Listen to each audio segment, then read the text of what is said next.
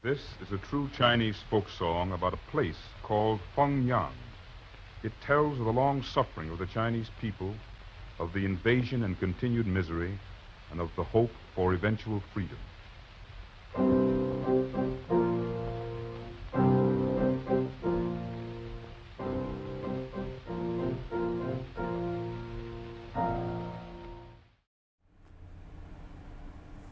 We're talking about the artists community, working with the director of color, working with artists of color technicians, so that there is that sensibility present, really, you know. And sometimes even with, it should be said, with the community, the creative community of color, that sensibility is warped.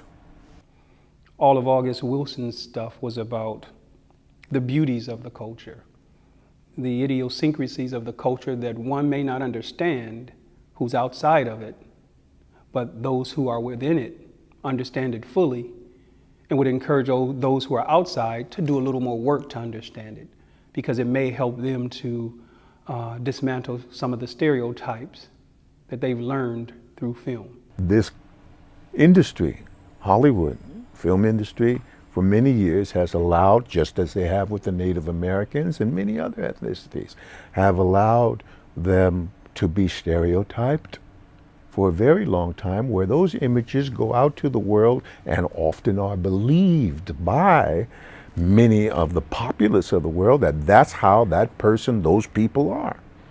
Well, if that's the only image that's going out, that's not going to work. Not a lot of time has passed in relationship to African Americans being able to reverse the lens.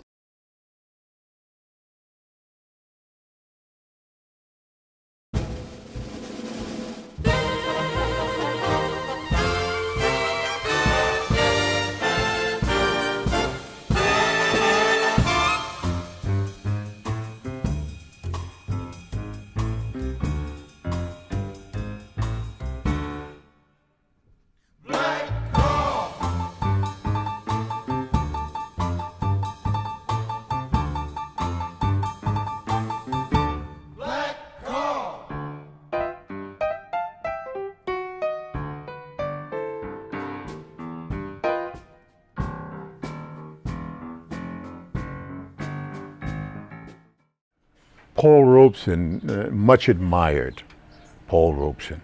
He had a very successful career. This man was the most popular artist in the world, not just black artist, but the most popular artist in the world in the early 40s. Film, he was duped more than once, more than twice, more than a few times, into films that later he denounced all but one, Proud Valley. I think the lens has probably been, unfortunately, more powerfully detrimental. And I think the stage has been more powerfully beneficial. Conditioning can take place, perceptions can take place. Falsehoods can actually be kind of instilled because you can kind of run it over and over and over and over again and reach a larger population of people. Okay, is this the image? Is this the only image? We're talking in the 30s.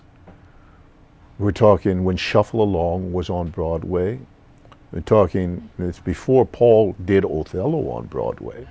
I think early in his career, before he matured in his own way of thinking about racism and being used and having a strong social consciousness, understanding Jim Crow and how even in England when he did Sanders of the River, he was promised that things would happen with the film would go this way. And when he saw the film,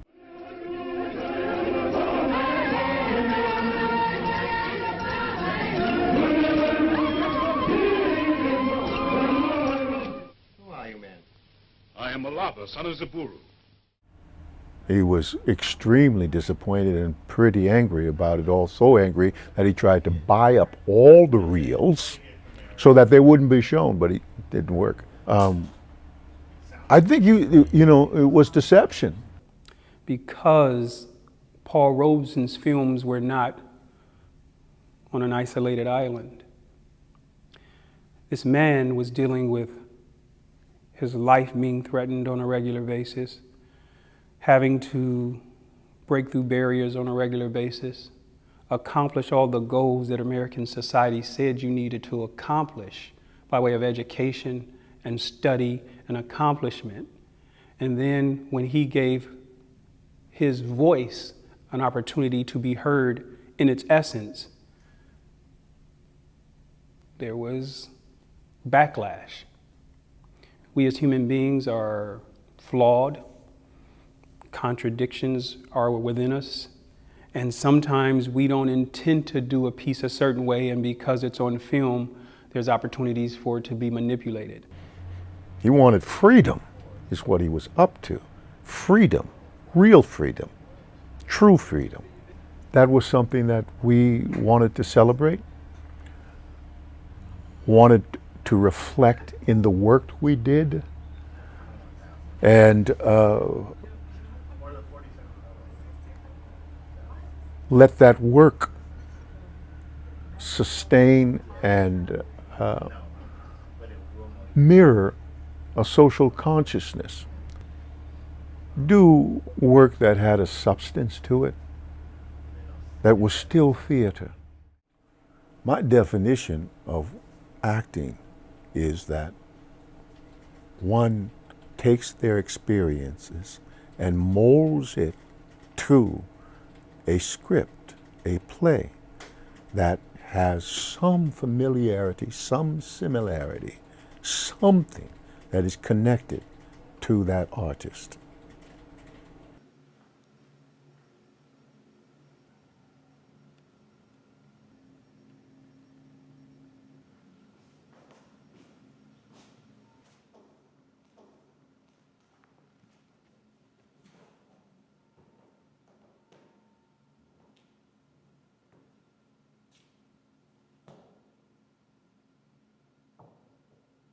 Americans, you boast of your love of liberty, your superior civilization, and your pure Christianity, whilst the whole political power of your country has solemnly pledged to support and perpetuate the enslavement of 3 million of your countrymen. You invite to your shores fugitives of oppression abroad, but the fugitives in your own land you advertise, hunt, arrest, shoot, and kill. You are all on fire at the mention of liberty for France and for Ireland, but are as cold as icebergs at the thought of liberty for enslaved America. You can bare your bosom to the storm of British artillery to throw off a 3-penny tax on tea, yet bring the very last hard-earned farthing from the grasp of the black laborer in your country. You profess to believe that of one blood God made all nations of men to dwell on the face of the earth, and hath commanded. That was a piece from Frederick Douglass, from a piece called Mine Eyes Have Seen. Who wrote it? Several people. History professors did a compilation of letters from the Civil War. And my character was Frederick Douglass, an emancipated slave. I was really concerned about how the African American voice would be represented. And when I was told that that was what they were trying to do with it, then I wanted to make sure that I had the opportunity to assess the material, to make sure that our humanity was being expressed appropriately as best I could. I felt it my task to kind of make sure that if I'm going to be a part of it, that if I see some inconsistencies or some stereotypical depictions as an actor, as an educator, as an activist, it's my role to bring that to the attention of the artist. Who has the right to write about a specific ethnicity? Is that exclusive to that ethnicity? Or does anyone who can or chooses to have that right? How does that work? Who has the right? Is some kind of exclusivity in there? I don't think so. I think if one has talent, if one has an ability, if someone really has a desire and call it judgmental, has a real reason, then, and they're good at it, they should. It's always good to have more than one perspective about a particular event or a set of situations. Watching the creative process happen with a group of creative people. We hear those stories. It happened to me. Probably happened to you. You see a story and that's why you're a filmmaker. You want to do something. You know, I wanted to do something. I wanted to tell certain kinds of stories and have a forum to do that. Roby Theater Company. Just exchanges, simple exchanges of opinions with people. Those were inspirational. I wanted to do that in a formal way, in an entertaining way, in a fun way. It's a very spiritual thing for me, synonymous to the Black church, synonymous to rites of passage programs, synonymous to pilgrimages back to your place of origin, wherever your indigenous reality is, and finding ways to like connect with that through the forms of expression and communication that were left or still exist. It's in my mind on par with that because it creates a certain sense of safety, a certain sense of comfort that is not often experienced outside of this reality. Because I'm not an artist for the sake of being confirmed. I'm being an artist for my own reasons. How did they feel about it? It's going to be different because they all come from different experience and have different prisms that they look through the story at and the characters and moments in the play. That's just the way it is. And that's pretty much the way it should be.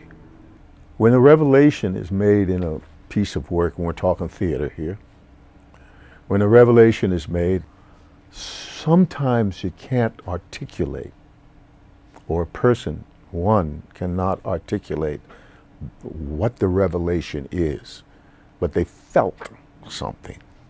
There was something emotional and intangible that comes from a visceral place that moves them, that may even change them. 说凤阳，道凤阳，凤阳本是好地方。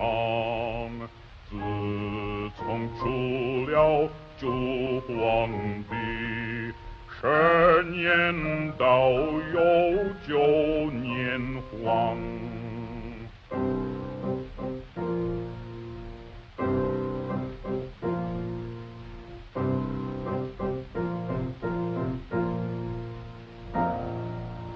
大人家吃长夜，小